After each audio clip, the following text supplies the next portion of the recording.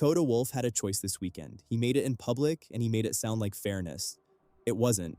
You've probably seen the headline already. Kimi Antonelli wins at Spa-Francorchamps. George Russell spins into the gravel on the opening lap after contact with Lewis Hamilton, and he's out before the race even begins. By the time the checkered flag drops, Antonelli's championship lead over his own teammate has doubled in one single afternoon. 50 points. And Toto Wolff stood in front of the media afterward and said, "Mercedes will not use team orders to help Antonelli close it out." Sounds noble, right? Sounds like a boss who believes in fair competition. Here's what they didn't tell you in that headline. The timing of that statement is the entire story. Keep that in mind because it comes back before we're done. Let's rewind first, because context is everything here. Mercedes went into the Belgian Grand Prix with two drivers still technically in the championship fight, but with a gap already opening. Antonelli, the rookie, has been building momentum. Russell, the senior driver, the one with the experience, the one who's supposedly the leader of this grid, has been fighting to keep pace. Then Spa happens, and in about 4 seconds, the gap that separated a genuine two-way fight from a one-horse race inside Mercedes doubled. And that's the moment Wolff chose to stand up and say, "No team orders. We're letting them race." Now ask yourself something. If Russell had been the one who won, and Antonelli had been the one spun into the gravel, would Wolff be making that same statement with that same tone? Or would there suddenly be a very different conversation happening inside the Mercedes garage about protecting a senior driver's championship equity? That's the question nobody in the paddock is asking out loud. So we're asking it here. This is where you have to understand something about how team principals actually operate, because it's rarely about the words they say, it's about when they choose to say them. A statement like, "No team orders" isn't a policy, it's a message. And messages get sent for a reason. If you want the stories the paddock doesn't put in the press releases, subscribe right now and drop a comment telling me which country you're watching from, because this next part hits very differently depending on where you sit in this rivalry.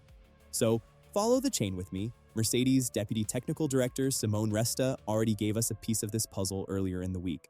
He confirmed there have been what he called deployment differences between Russell and Antonelli at race starts, something the team originally chalked up to driving style. Russell adjusted. The difference persisted anyway. Read between the lines on that one for a second. Mercedes is telling you, in technical language, that something about how power gets delivered off the line has quietly not been equal between these two cars. File that under a footnote for now, because footnotes in Formula One rarely stay footnotes. Now hold that thought, because here's where it gets interesting.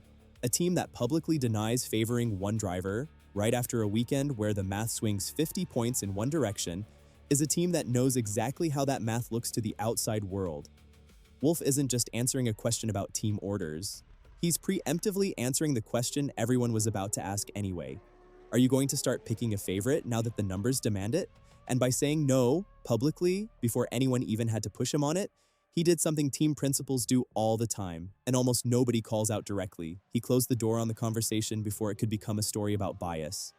Which brings us to the real read here. This isn't a story about fairness. It's a story about control of the narrative. Think about what a mid-season team orders controversy would do to Mercedes right now. It would split the fan base. It would create daily questions for every driver in every press conference. It would hand rival teams a distraction to point at. Wolff didn't make that statement because he's a purist about racing integrity. He made it because the alternative, staying silent and letting the 50-point gap speak for itself, was far more dangerous to Mercedes as an organization than any short-term unfairness to Russell. Here's the part that really matters, though, and it's the part that gets buried under the fair racing quote every single time this happens across the grid. Neutrality announced this loudly, this early in a title fight, is rarely neutral. It's a hedge. It protects Mercedes if Antonelli fades and Russell claws back.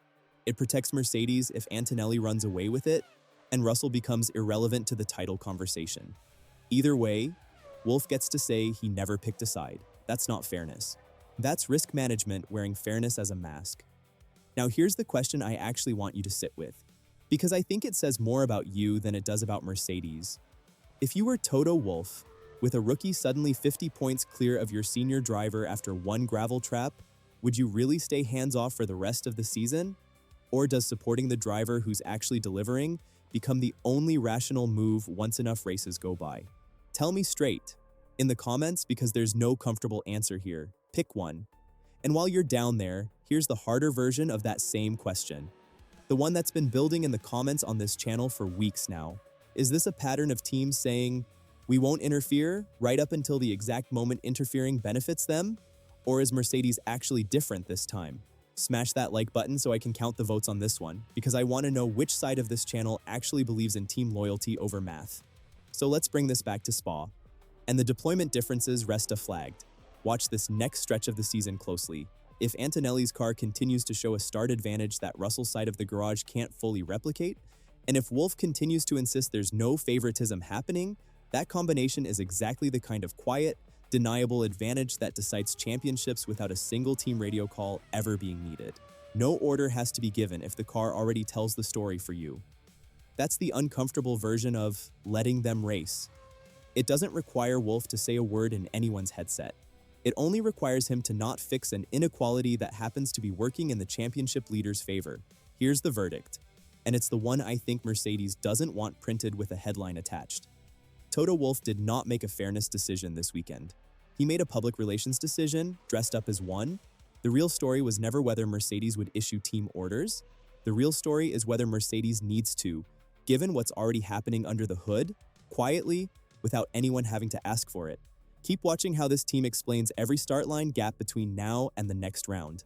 That explanation is going to tell you more about who Mercedes actually wants to win this championship than any statement about fairness ever will. So, here's where I leave it with you. Agree or disagree? The comments are the courtroom on this one.